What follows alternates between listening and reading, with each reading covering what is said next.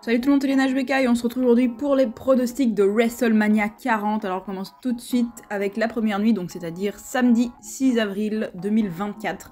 Alors le premier match que nous allons pronostiquer, on va dire aujourd'hui, c'est Santos Escobar et Dominic Mysterio contre Dragon Lee et Rey Mysterio. Alors, c'est reparti pour la guerre des Mysterio. Donc l'année passée, on a eu Dominic contre Rey dans un match simple. Et là, cette année, on a le match par équipe.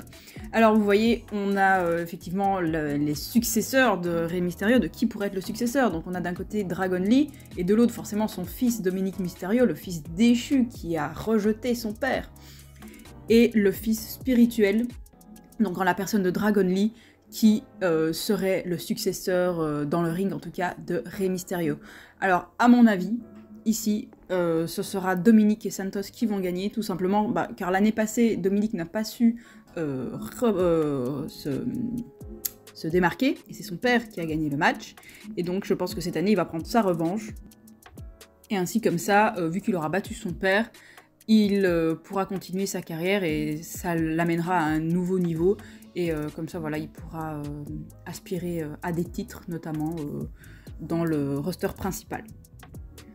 Ensuite, donc, on a le match féminin de Jade Cargill, Naomi et Bianca Belair contre Damage Control, donc les Kabuki Warriors, Asuka et Kairi Sane, ainsi que Dakota Kai. Donc ici, je pense qu'il n'y aura aucune surprise, c'est Jade, Naomi et Bianca qui vont gagner, tout simplement car c'est le premier match à WrestleMania de Jade Cargill, et que voilà, suite à l'énorme succès, on va dire, de sa venue à la WWE, ça a fait grand bruit. Je ne la vois vraiment pas perdre à WrestleMania, donc voilà. Ensuite, le match par échelle, par équipe, pour les titres par équipe incontestés. Alors, ce petit match-là, je sens qu'il va nous voler le show. On espère tous un retour des Hardy Boys, comme en 2017, dans ce match de l'échelle, forcément. Je ne sais pas si ce sera possible. Matt Hardy, je pense que c'est possible, mais Jeff est encore sous contrat avec la EW, donc à voir. Mais bon, ce serait vraiment chouette qu'il soit là. Maintenant, en ce qui concerne les vainqueurs, alors j'espère à une séparation des titres, tout simplement car ils ont précisé que le match serait terminé lorsque les deux ceintures seraient décrochées, donc ce qui nous laisse à penser qu'il y aura donc une équipe qui remportera les titres de SmackDown et l'autre qui remportera les titres de Raw. Alors, en ce qui concerne l'une des deux ceintures, j'ai envie que ce soit DIY qui les décroche, tout simplement car ils le méritent. C'est une très grande équipe, voilà, depuis qu'ils sont reformés, franchement je les adore, et ce ne serait que logique qu'ils aient des titres. Et pour l'autre équipe, là je me tâte un peu plus, parce que, alors déjà ce serait drôle que Awesome Truth les gagne, voilà, et comme ça, voilà, ça nous rappellera un peu l'époque quand ils étaient ensemble, et voilà, pour la vanne ce serait drôle, et je vois bien R-Truth par exemple essayer de faire le tomber dans le match alors que c'est un ladder match, enfin, voilà, ce serait drôle, mais après à voir si ce serait vraiment des grands champions, mais bon, ça pourrait quand même le faire. Ensuite, je vous verrais bien aussi, en fait, Austin Theory et Grayson Waller, tout simplement car c'est une très bonne équipe, mine de rien, et Austin Theory, pour l'instant, il est un peu mis sur le banc de touche, et je trouve ça vraiment dommage, parce que je trouve qu'il a quand même le potentiel pour être une très grosse star, et voilà, jusqu'à l'année passée, il était champion des États-Unis, bon, il n'était pas super bien utilisé non plus, mais là, cette année, c'est vraiment un peu la cata. Et il y en a qui parlent d'un repackaging, donc de changer de personnage et tout. Why not? Mais du coup, il faudrait pas le laisser en équipe avec Grayson Waller si c'est le cas. Enfin, il faudrait vraiment le rebrand à max et faire un truc solo. Mais s'ils veulent garder le personnage Austin Theory comme il est pour l'instant, en équipe donc avec Grayson Waller, là, je trouve qu'ils pourraient leur donner les ceintures de SmackDown. Il y en a aussi qui parlent de New Catch Republic. Why not? Je trouve que c'est encore un peu tôt. C'est une bonne équipe, mais je sais pas, je trouve qu'il leur manque quand même un petit quelque chose. Donc, à voir. Pas tout de suite, pas à WrestleMania, je pense. Donc, voilà, je dirais donc DIY, c'est sûr. Je le mets dans mon pronostic. Et allez, je vais quand même dire Grayson Waller et Austin Theory pour SmackDown. Voilà. Ensuite, le match des jumeaux Jimmy contre Jay. Alors. Ce match, je trouve qu'il aurait pu être un peu mieux build. Tout simplement car ça s'est fait, je sais pas, un peu de manière précipitée. trop tard aussi dans la route pour WrestleMania. Je trouve qu'ils auraient dû parler de cette histoire depuis plus longtemps. Voilà, de la construire depuis plus longtemps. On sait bien sûr qu'il y a une histoire entre les deux, mais voilà, je trouve qu'il aurait peut-être fallu encore un petit peu plus de pub par rapport à ça. Et qui gagnerait ce match? Bah, logiquement, je dirais Jey Uso, tout simplement car il est plus over avec le public et il est globalement ouais, mieux apprécié. Mais la tradition voudrait que ce soit Jimmy Uso qui gagne, tout simplement car les matchs entre frères à WrestleMania ont toujours été remportés par les grands frères. Et même s'ils sont jumeaux, on sait que Jimmy est le plus grand.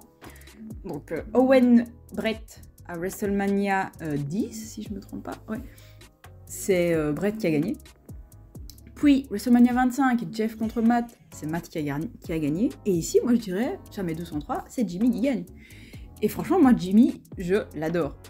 Donc je verrais bien Jimmy gagner. Et ça pourrait même le pusher encore un peu plus. Et why not aller toquer à la porte d'un titre mondial. Donc moi je dis victoire de Jimmy. Ensuite, Gunther contre Sami Zayn. Alors ce match, je l'attends de pied ferme, mais surtout pour Gunther. Sami Zayn, franchement, je sais pas si c'était le meilleur choix. Moi j'aurais bien voulu voir Chad Gable. Franchement, Chad Gable, Gunther à WrestleMania, je suis sûre que ça aurait fait des étincelles. Et c'est vraiment dommage donc que Chad ne soit pas du tout à WrestleMania.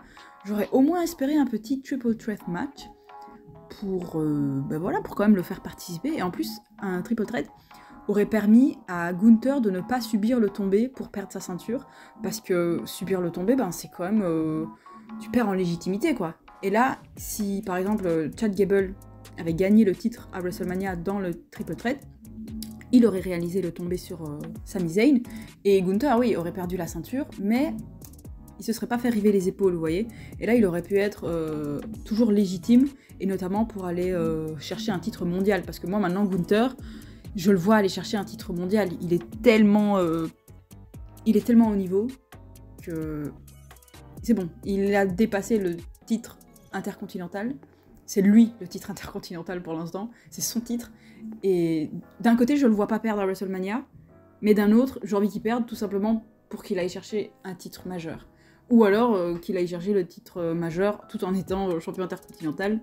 Comme à l'époque où Seth Rollins était champion des États-Unis et champion de la WWE. Why not? Mais du coup, ouais, je vois pas trop Sami Zayn gagner. Surtout que voilà, ça voudrait dire que Gunther se ferait river les épaules, donc ce serait une perte de légitimité pour lui. Mais d'un autre côté, j'ai envie de voir une rivalité Sami Zayn-Chad Gable, tout simplement, car pour l'instant, c'est ce qu'on est en train de nous raconter donc à Raw. Comme quoi, Chad Gable lui dit qu'il est pas capable de battre Gunther. Et ben moi, du coup, je le vois bien battre Gunther pour le coup, et Chad Gable vient le féliciter à Raw le lendemain, mais au final il fait un heel turn et il attaque Sami Zayn, et voilà, et par exemple à SummerSlam il gagnera la ceinture des mains de Sami Zayn, why not. Donc on va dire, allez, victoire de Sami, mais juste parce que je veux voir Gunther dans les main events. Mais sinon, il retient quoi. Si dans leur plan il n'y a pas de titre mondial pour Gunther, ou en tout cas la scène main event, il va retenir la ceinture. Enfin, on dit pas retenir, mais retain en anglais, bref. Il va conserver sa ceinture. Mais voilà, s'ils ont pour plan de le faire avancer vers ça, c'est Sami qui va gagner. À voir. Ensuite, Rhea Ripley, Becky Lynch. Moi, je vois une victoire de Rhea Ripley. Tout simplement pour continuer son ascension. Becky Lynch n'a pas besoin de la ceinture. Rhea a besoin d'une victoire contre Becky Lynch pour encore plus prouver que c'est la meilleure, que voilà, c'est elle la championne, et voilà, pour continuer son ascension vers les sommets. Je la vois bien perdre en fait son titre à SummerSlam contre Jade Cargill. Comme ça, elle serait quand même légitime, on va dire, parce que Jade Cargill, c'est pas personne, quoi. Donc voilà, je vois bien une victoire de Rhea Ripley à WrestleMania, et voilà, une perte de titre à SummerSlam. Ensuite, le main event de la nuit 1. Seth Rollins et Cody Rhodes contre Roman Reigns et The Rock. Alors là, on rentre dans le vif du sujet. Qu'est-ce que je suis hypée pour cette histoire. Franchement, incroyable. Incroyable, incroyable. Eh ben sincèrement, je n'en sais rien. Moi j'ai plusieurs scénarios. Et ça fait des années que je vous rabâche que j'aime pas Roman Reigns et j'ai envie qu'il perde son titre. Mais en fait, je sais pas si j'en ai vraiment envie. Donc moi en fait je vois bien là une victoire dans le match par équipe de Seth Rollins et Cody Rhodes. Comme ça ils sont trop hypés. Genre ils se disent ouais vas-y on va réussir, on va arriver à finir l'histoire. Comme ça Cody Rhodes il peut aller battre Roman Reigns. Donc là ils seront méga confiants. Et la suite au prochain numéro et je vous dirai ce qui se passe dans le main event de la nuit 2. Donc voilà, moi je vois comme fin de match une victoire de Seth Rollins et Cody Rhodes. Bah, du coup, on va passer à la nuit 2. Dimanche donc, 7 avril 2024. Alors, AOP contre les Street Profits. Alors sincèrement, cette rivalité, j'arrive pas à accrocher, hein. Franchement, j'arrive vraiment pas. Je suis pas dedans, je suis pas hypée, donc je m'en fiche un peu de ce match. Et je vais dire victoire des Street Profits. Voilà. Ou je sais pas. En même temps, déjà qu'ils sont pas très crédibles, là, les zigotos du Final Testament, et en plus ils perdent à WrestleMania, zéro crédibilité. Non, allez, victoire du Final Testament. Mais vraiment parce qu'il faut un vainqueur, hein. Mais je m'en fiche un peu de ce match. Ensuite, LA Knight et AJ Styles. Victoire de LA Knight. Victoire de LA Knight, tout simplement, comme ça il peut revenir vers la scène main event. Et why not aller chercher un titre. Peut-être pas tout de suite le titre majeur, mais au moins titre des États-Unis, titre intercontinental, why not. Moi je le verrais bien feud avec Logan Paul hein, pour le titre, des États-Unis. En tout cas s'il retient son titre. Mais ouais, donc victoire de LA Knight. Ensuite, justement, match pour le titre des États-Unis, Kevin Owens, Logan Paul, Randy Orton. Je verrais bien une victoire de Kevin Owens pour le coup. Parce que ça fait un petit temps qu'il n'a pas eu de titre. Logan Paul, c'est bon, on en a un peu marre de son règne de champion, il fait pas grand chose. C'est un bon catcheur, hein, il est divertissant, mais c'est bon, place au vrai catcheur. Randy Orton n'a pas forcément besoin du titre des États-Unis, donc voilà, victoire de Kevin Owens et tombé sur Logan Paul, pas sur Randy Orton.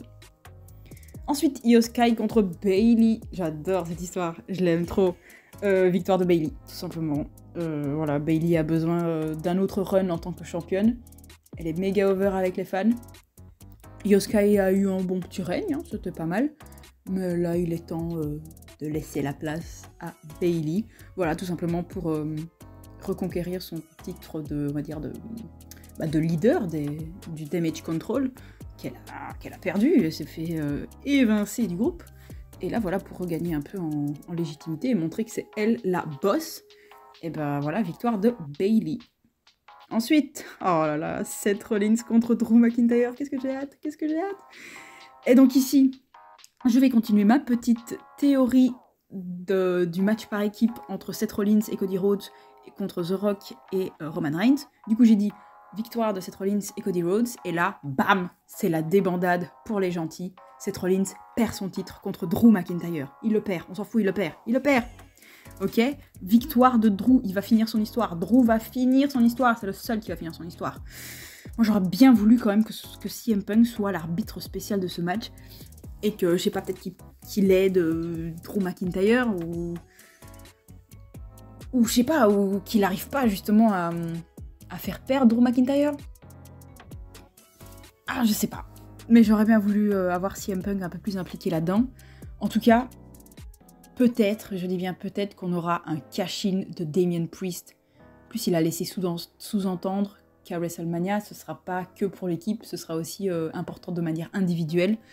Donc why not? Et j'espère franchement qu'il va réussir son cash-in. Moi, j'ai envie qu'il soit quand même champion. Donc moi, je vois bien Drew gagner la ceinture, mais la perdre genre 5 secondes plus tard contre Damien Priest. Et là, donc, rivalité entre Drew et Damien Priest. Drew récupère le titre assez rapidement, mais Damien Priest aura quand même eu un petit run en tant que champion. Et ensuite, quand CM Punk revient, feud Drew McIntyre, CM Punk, et CM Punk finira par gagner le titre. Peut-être à WrestleMania 41 dans le main event. Et donc ensuite, le main event, Roman Reigns contre Cody Rhodes. Oh là là, qu'est-ce que j'en sais rien, franchement c'est tellement imprévisible, mais c'est ça qui est bon, cette année, c'est vraiment imprévisible. D'un côté, on se dit, Cody Rhodes ne peut que terminer son histoire. L'année passée, il n'a pas réussi, et maintenant, il doit réussir. Mais d'un autre côté, Roman Reigns est tellement intouchable que moi, je le vois pas perdre, en fait.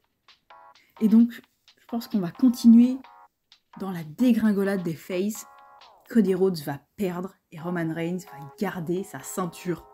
Par contre, face turn, du coup, de The Rock, qui va attaquer Roman Reigns à la fin du match pour dire, en fait, mon coco, c'est moi the final boss, et du coup, c'est avec moi que tu auras affaire.